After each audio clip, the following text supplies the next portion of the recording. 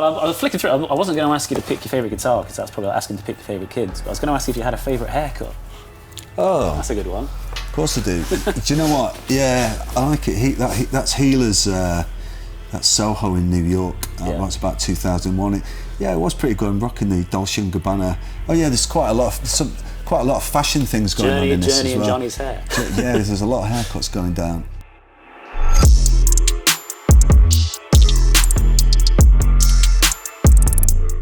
Hi, I'm Andrew Trendle. You're watching Enemies in Conversation series. We're here with Johnny Marr. Hello, hi Andrew. How you doing, Johnny? I'm all right, yeah, I'm good. Welcome to The Social in Soho. Yeah, it's all right. It's got a bit of a diner kind of ambience. What did you say? It's like a ship? Yeah, I feel like I'm on a cruise ship, like the best kind of cruise ship, yeah. Yeah, that's all right. Yeah, okay, fine. You got some good Soho memories? Loads. I absolutely love Soho. And I've been, this is where I am pretty much all the time when I'm in London now. And it's been that way for about 8 years or something, like been exclusively sort of staying here because I did a movie here about 8 years ago, and then a lot of the movie stuff I've been doing has been in London recently, so that's why I'm here. And why go anywhere else? You can get good shoes and good jackets and get something to eat late at night and everything. So I can't be doing with trundling over to the east all the time. Yeah, I mean it's the best part of London. Let's not lie. I absolutely love it, and you know, and the obvious stuff like the history of it, the old clubs, the folk clubs and the jazz clubs and mod clubs and all of that, the Flamingo and the whole history of it is long gone. Yeah. But it's a bit like the East Village in New York, but the remnants of that have really gone, and so I still kind of enjoy that about Soho, that legacy. It doesn't actually look, aside from modern cars and everything, the actual roads and streets haven't really been changed too much. Yeah. Unlike, apart from those American sweet shops, which the pink plague palaces. Yeah, yeah, that's right. Yeah, but you can get caffeine during the day, and you can get decent jacket during the day. So that's all right. I'll take that. We find you and Hans Zimmer crawling around Chinatown at night. Yeah, it has been known. Anyway, we're here to celebrate Spirit Power. Yeah. The greatest hits of Johnny Marr. 10 years. Yeah. I mean, take us back to growing up in Manchester. You put on a guitar. You're kind of pulling some moves in front of the mirror. Yeah. Did you ever foresee that there would be a Johnny Marr greatest hits album, that you'd be like a solo star, or did you always kind of see yourself as like the guitarist? There was a time when I had to get it together in my own head to be out front of band OK, which was between being 14, 15 and 16, because I was in bands and for a couple of periods I got pushed to the front. So that was 79, 80, 78, 79, 80. There was 3 bands in short succession, but over that period where I had to write the lyrics, and I mean, we were doing quite a lot of covers, as you do when you're that age, like some Blondie songs and Eddie and the Hot Rods, stuff like that, power pop. So in that period, it was deadly serious, you know. But as I said, I just got pushed to the front because that's what happens. The one with the best haircut, like that. And so for that period, I was sort of, I sort of remembered when I came to do the solo stuff. I sort of remembered how it felt being stuck out front, really. But obviously it had a completely different context to it because by then I'd been sort of known for being a guitar player. But really, to answer your question straightly, I think probably not really, because I think it's probably been well documented, but the reality of my ambition was to make a 45. Yeah. So now that I've made, this is a best of, which is over 10 years of my solo career, having already played with loads of other bands. This scenario I wouldn't have imagined, but I do remember actually going for the mission was to do a really cool 45. That was almost like, it wasn't like I would have been happy to stop there, but that was the first bit of it. So when I got to do that with the Smiths, that was like standing on the mountaintop. Yeah. But and then, as the old Buddhist or Taoist saying is, then you see the other mountain, then you get to that mountaintop and then you see the other mountain. And that's the way life is. So yeah, I'm just kind of riding it out now. But the best of, it was put to me probably about 18 months ago, that because my management know what I'm like in the record company. They say, look, when I did the last album, Fever Dreams, they said, we know what you like, don't go in the studio and straight away and do another record. Yeah, slow down, Johnny. A bit like that, and take stock and celebrate the 10 years of the solo career and all the gigs and everything. So now that time's come, and when I had to put it together, I was pleasantly, not surprised, but I was satisfied with it, yeah. It's a good listen, I think. Because, I mean, that's just a greatest hits is kind of, it's going to be an entry for a lot of people now. Yeah. You know, how Changes One Bowie was like, to some people, that's the only Bowie album they need. Like, it's going to be like the gateway to Johnny Marr. Yeah. Well, that's a nice thought, actually. If it does that, I'm happy with that. Someone asked me about it the other day, and they were like, well, look, it's a double album full of bangers. And as a, you know, being an artist or songwriter, you kind of, you know, you sort of go, well, what does that mean? But on reflection, I think a double album full of bangers is nothing wrong with that. Yeah. It's funny you mentioned Changes One Bowie, because it wasn't my entry point to him or me and my mates, but it was still a really good, another really good listen. You know, it's a great album. You know, so if it's got anything about that. About it, Spirit Power, then oh man, I'll take that all day long. But yeah, it's when I say it's a good listen, it was because I was sent the test pressings to listen to, and it was time sensitive, as we say in the business. So someone said to me, "Can you check the test pressings and let us know within the next few hours?" And it was actually, I just got back from Glastonbury playing with the Pretenders. It was that night, so it was late, and I've been travelling all day, and so it's whatever, 1 o'clock in the morning. Take your wellies off. Yeah, exactly. Yeah, took my guitar off and dutifully sat at my turntable listening for pops and crackles. And because I was listening to the I don't know whether this is interesting, but because I was listening to the technicalities of it, I wasn't like sitting back going, oh look, I'm listening to my greatest hits. So I was sort of, and as each track went along, I thought, oh, okay. So I texted all the band and I said, you know, we made a really good best of album. Yeah. So I was able to hear it with certain kind of objectivity because I was listening to it in a different way. And then with Distance, did you kind of learn anything about the journey you've been on over the last 10 years in kind of revisiting this material, in putting all your babies in order, basically? In all honesty, I think the thing I learned is that I've sort of put myself under pressure to make singles, I think, with a very little let up. I've got enough about me when I'm making albums to realise that if you've got a lot of up-tempo songs, it does give you an excuse and an absolute need to do like a deep song. So every album, normal albums that I've made, the 4 solo albums, I've got a kind of atmospheric or moody or slower or cinematic sort of song.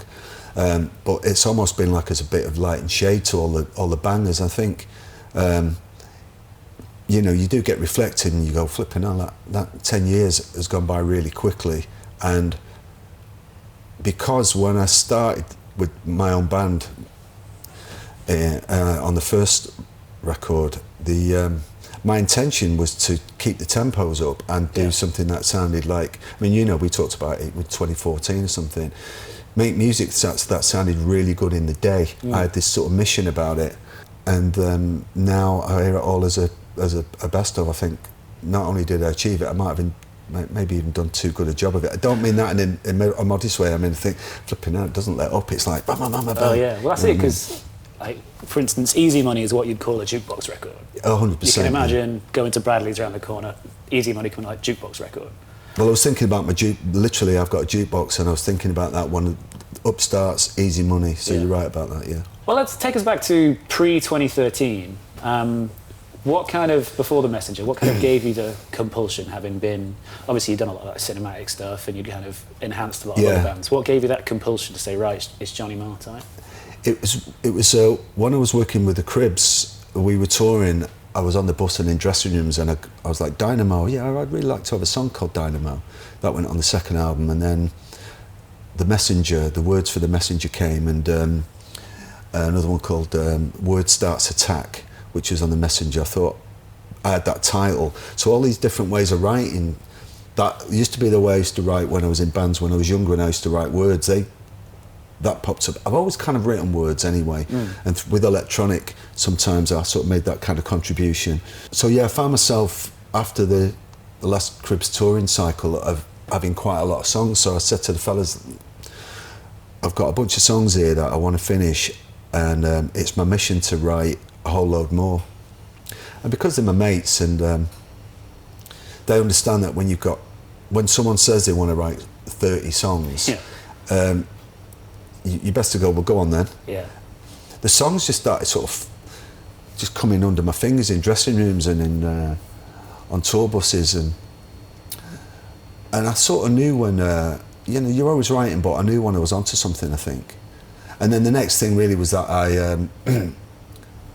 I didn't want to give the songs to someone else to sing, because I didn't need for someone else to sing them. Yeah. The demo sounded pretty good, and the people who were listening to it, and management at the time and members of the band were just like, well, don't re-sing it, it sounds really good. So me and my band got a sound then. So, running bands from being a kid, you sort of know when it's happening, I think. Yeah. Yeah. And did it feel like a challenge? Because it's one thing to write a riff, it's another thing to write a song, but then when you kind of take on an album, you're kind of forming these entire worlds, especially on some of the records where you're kind of imagining these kind of utopian cityscapes and stuff like that. Yeah. How do you approach that challenge of saying, right, this is me on my own forming an entire world? The thing was, I was really inspired.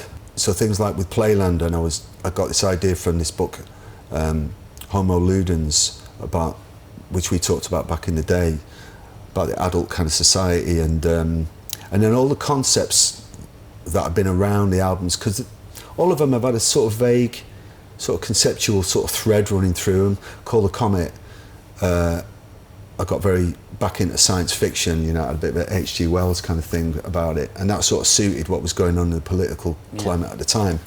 If I feel like I'm sort of, my idea and my feeling, my inspiration is 60% a good idea, then I will apply myself to create the remaining 40% in the process. So that might be getting a load of books, going to a library. Do you remember libraries?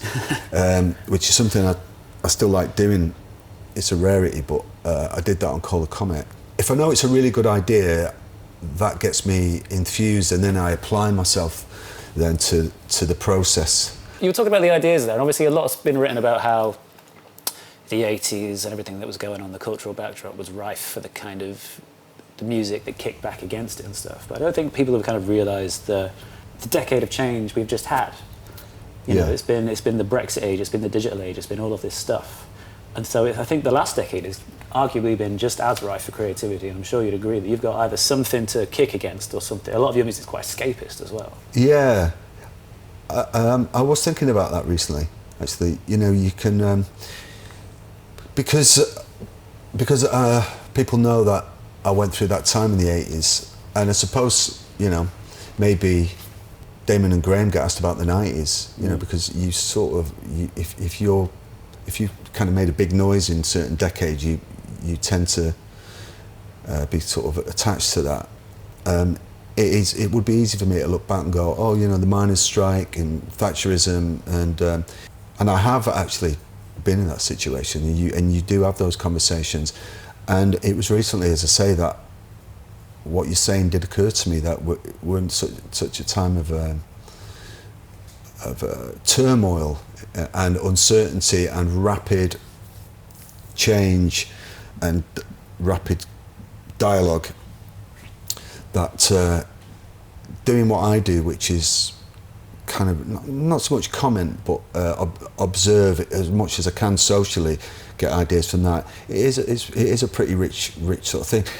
It's funny because going back to the pandemic and Fever Dreams, I was deliberately going, well, I will not make a record about the pandemic, but a lot of what I do is about perception, really. So because then it can tip over into sort of regular human consciousness and how I'm sort of seeing things. It's not just a political situation, or you're not just singing about this or singing about that.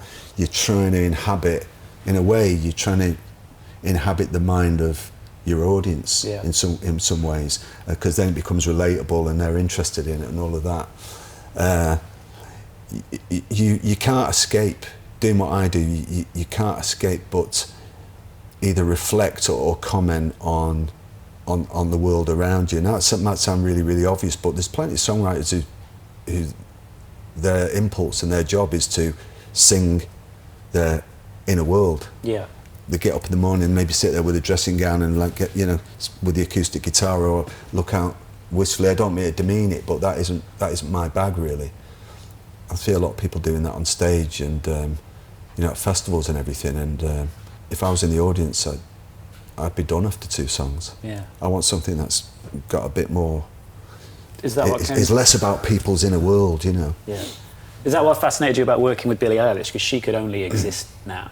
Some pop stars you see, I can imagine you cropping up at this time, but Billie Eilish is very much a product of now, isn't she? Well, the thing is with Billie, it's an interesting one because like all people who are great, I think her and Phineas could have existed in any time, so I'm going to disagree with you. Yeah. But her form and her sound is extremely modern. I think that's why she's so relatable to particularly young people, boys and girls, which is really what great pop stars do, isn't it? Really, it doesn't really matter. Our audience, there's loads of men in her audience, young boys in her audience, huge. But she's completely modern. And the process and the sound is really modern, and her influences are really modern. What it is though is that her and her family are just so musical. Yeah. You see her when she picks up a uke or she's come write a song like that. She's just one of that musical people. It was a privilege being around Billie and Phineas. It was only a very short project, a couple of days in the studio, but quite insightful, I think. Yeah. Yeah, for me. Yeah. Well, I remember you told me once that. Bernard Sumner described a lot of what you do with music as bittersweet. Yeah. And I think she's kind of got that too. It's like it's a darkness, but it's always kind of trying to lift you out of it. And it's something you can't really escape, I think the best artists and the best writers, including novelists in my world, have got that, I think. We can talk about bands as being exactly the same, and obviously there's a big part of the Smiths that is about that, musically for my part.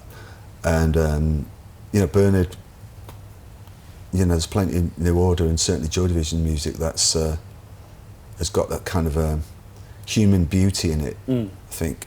I heard Perfect Day by Lou Reed this morning, which is like, it's an evergreen staple, whatever.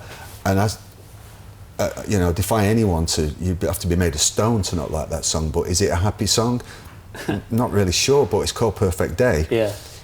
Feed animals in the zoo, and the sound of it, and that does this thing that I'm interested in, that bittersweet thing, which is like achingly poignant but hopeful at the same time. You kind of do imagine a sunny day, but it sounds like a really it's got this real gravitas to it, and there's quite a lot of Billie stuff. I think you're right. I mean, Billie's got that in abundance, I think. Yeah. Much as we might not like to admit it, but I think that's one of the things that attracts human beings to other human beings who are expressing it. Yeah. Because all of us have got stuff that would, we all know what it's like to. It's tricky being a human being sometimes. Yeah. No matter how long you spend in the gym.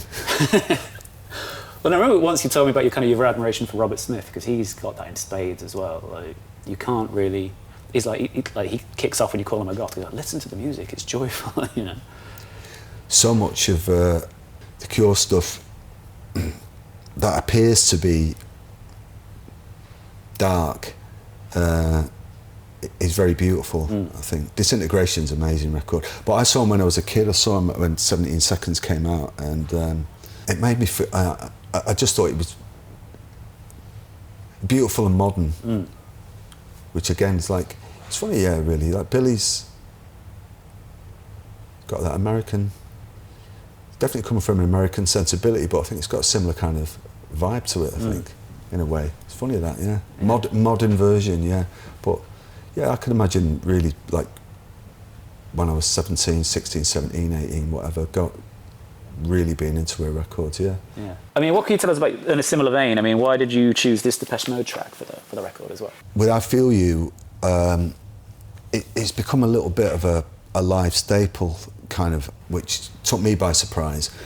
And the sort of shows I've been playing over the last couple of years in the States with the Killers, and we did an arena tour with Blondie here. When I'm on stage and we go into it, you can feel the audience sort of half recognising it, sort of going, oh yeah, right, okay. And then when I start singing it, this happens, they go, oh yeah, I really like this one. And halfway through it, they go, this is, you know. Plenty of people do know it, but I'm surprised that how much it takes people to sort of like click to it. They know they like it. So I've kind of kidnapped it in a way, I think, over the last few years. And it's a little bit of a tribute as well, I guess. I think me and my band do it in our own, in a way that delivers, I think. You're giving a bit more aggression, I'd say, yeah. We turn it more into inevitably into a guitar track, but I think maybe when I think about that, it's because now I'm feeling anyway like with the release of this record, it is a marker of the kind of momentum, I'm going to say it, journey, right? But then perhaps I'm sort of instinctively feeling like that you go somewhere else after that. A lot of people, as you say, may get into this record as an entry point to my solo stuff, and they won't know that I did I Feel You for Record Store Day. So now they know I've done it, because it's kind of going to be in the past, I think. Yeah, now I think about it, that's probably why I did it. That, and also The Priest, Maxine Peake. That's a great track, yeah. Yeah, otherwise it would have just floated away into the ether, and I think it's a valid, one of the best things I've done. Maybe that's the shorter answer to I Feel You as well. It's like, it's a best of album, and that's one of the best things I've done, I think, in this 10-year period.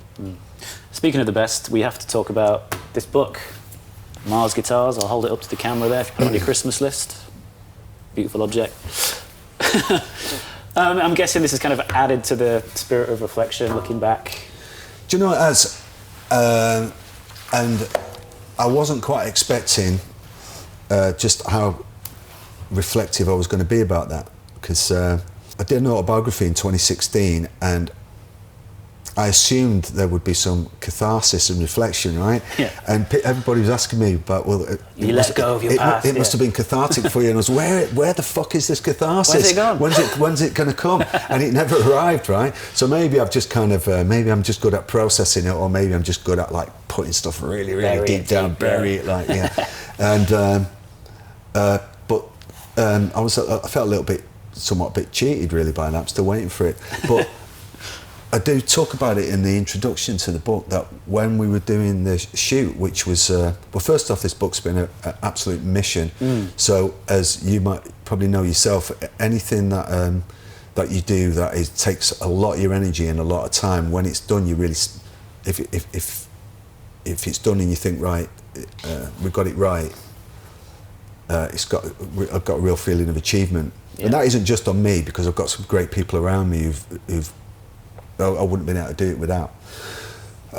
So it's a bunch of us, but I had the vision for it and everything, and the energy to pull it all together, but it was a lot of work. As I say in the introduction, I explained this, that when we were shooting 100 and odd guitars, and that involved getting some back from mates, and getting them look right, getting them in decent condition, and the shoots were a lot. When I was playing them, and reconnecting with them, it really put me back into the place I was when I got them, and that's talking about the 80s and the 90s, early 2000s. So obviously some of the Smiths guitars, when I got them, and I remembered, oh, Boy with a Thorn in His Side, and I remember doing the video, and there was something about holding these objects, these instruments that I've got a close relationship with, that pretty much reminded me of where my head was at. Yeah. In those days, and that was it's very poignant, it is as you might imagine it, it's like having it was like having a high school reunion with myself, and remembered all the records that they'd been on, and consequently, loads of stories came out about the guitar. That was about each guitar that wasn't really in my original remit. I wanted to make an art book that just happened to be about guitars. So the idea was that it would be a guitar book for people who would not normally buy guitars because the photos in it are just so beautiful. Yeah. Because Pat Graham, who's my friend, who's the photographer, he's pioneered this technique from a while back now of taking photographs of people's instruments where you get this abstract photograph that's absolutely gorgeous, and you think, well, it looks like an industrial complex in Stockholm or something, or Iceland in the middle of the night. And you say, what's that, Pat? And he goes, oh, well, I just saw the way the light went on this scratch, the scratch at the pickup, and all the rust that's gathered over the years on an old 50s guitar or something. He really goes in for that. So initially I just wanted the book to be just loads of abstracts.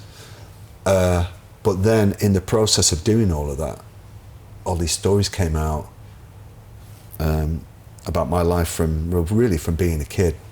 So there's 3 different layers to the book. There's the beautiful art abstract photographs, and then there's all the stories about, when I joined the Pretenders, or when I wrote Meet Is Murder, or on this particular guitar, or when we did the Top of the Pops, or New Order using my guitar for Regret. Yeah. Or I'd forgotten that Radiohead used a few of them. Yeah, I was surprised to learn that. Yeah. Yeah, and Franz Ferdinand used one of them, and now Rogers gave me one. So there's like loads of stories that came out, and I've forgotten that I played with REM quite a few nights. Yeah. And it was only when I saw the Rickenbackers and the picture of me and Peter Buck that it all came back. So that's the second element of the book, and then the third one is just a straight portraits. But even that's different because usually guitar books usually look like watch books, watch catalogues. It's all very dark and sexy and trying to make everything look as expensive as possible. Yeah, whereas they're supposed to be battered and thrown around. Yeah. And mine is in my studio, in my environment. Also, I had to fight for that, but that was a bit of a brave move at the start, because once you start, and then you're going to have 130 odd guitars and you're going to spend 2 years making a book, then you have to see it through. But I was like, no, I want it to be in my environment, and I don't want it to be like a regular guitar book. Yeah. So it's ticked all those boxes, and now it's come out. As you can tell, I'm really proud of it. Well, I was going to ask, sorry to get superstitious, but do you think the guitars kind of have a spirit? Like when you get a guitar from Nile Rodgers or Brian Ferry, whether you give one to Noel Gallagher or Radiohead's Ed O'Brien, do you feel like they're on your records, or somehow you're on their record as a result? That is definitely your mind. Look, I can tell you it's a fact that if you have a guitar, and even if it's a new one, and you give it to someone, loan it to someone who is a good player and a good person, and they really love it, if it comes back 2 weeks later, it feels great. Yeah. And I've had, back in the day when I was younger, you lend a guitar to one of your mates, and if they were not treating it too well, you'd have to kind of fix it up. Yeah. I once asked this acupuncturist, old guy in Los Angeles years ago, about chi. Yeah. And about exactly what he meant. He was amused by my line of questioning, and because I wanted to know whether guitars had chi in it, right? Life force. Yeah. And he said something interesting. He was explaining it, and he said, "Well, when you leave your flat or your house to go away on holiday for 2 weeks, and then when you walk in the door and you come back in, the house feels really odd. It's because it's got no chi in it." Yeah. And this is a whole Taoist thing. You look at the Tao Te Ching, and it's the idea of the force of life that makes a plant want to reach towards sunlight, in water, and all the things, in all the elements. So I'm already on board with that anyway. But or similarly, this guy was saying, like, if you walk into a room where 2 people have been arguing, and no matter how good they are, so that's what chi is. So he said, so yeah, your guitars have got chi, and I was like, I knew it. So my Les Paul Custom still, I think it's still got Pretenders Chi from Glastonbury. I'd say that, yeah, without a doubt. All the Smith's guitars from certain records have got that kind of Chi in it. Bernard Butler's got my what was my 12-string 335 that I used on loads on the last Smiths album and on Sheila Take a Bow. I wrote on that, and I used it on the Talking Heads album. Bernard will tell you that thing is like bursting with Chi. Yeah. That could have been the name of the book. Yeah. Bursting with Chi. Yeah. Well, I was flicking through. I wasn't going to ask you to pick your favourite guitar because that's probably like asking to pick your favourite kids. But I was going to ask you if you had a favourite haircut. Oh. That's a good one. Of course I do. Do you know what? Yeah, I like it. That's Healer's. That's Soho in New York. It's about 2001. It was pretty good. I'm rocking the Dolce & Gabbana. Oh yeah, there's quite a lot of fashion things going on in this as well. Journey and Johnny's hair. Yeah, there's a lot of haircuts going down. Do you know what? I'll take that one. The Healers is pretty good. I think I rocked that one pretty well. Yeah. We'll call that a feather cut. Yeah. Feather cut. Yeah. 2001, I think. Very. I was going to say very Camden. Yeah. Probably was. Yeah. So next 10 years, what's going to happen? Oh man, that's scary. I've been doing this now.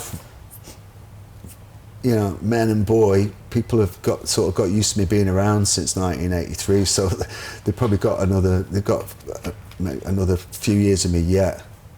I think. I want to say what all musicians say. I'm not any good at anything else, really. But maybe more film music. I think that'd be good because it's a really. I've given quite a lot of leeway on, especially when I work with Hans. He just lets me do my thing really, and.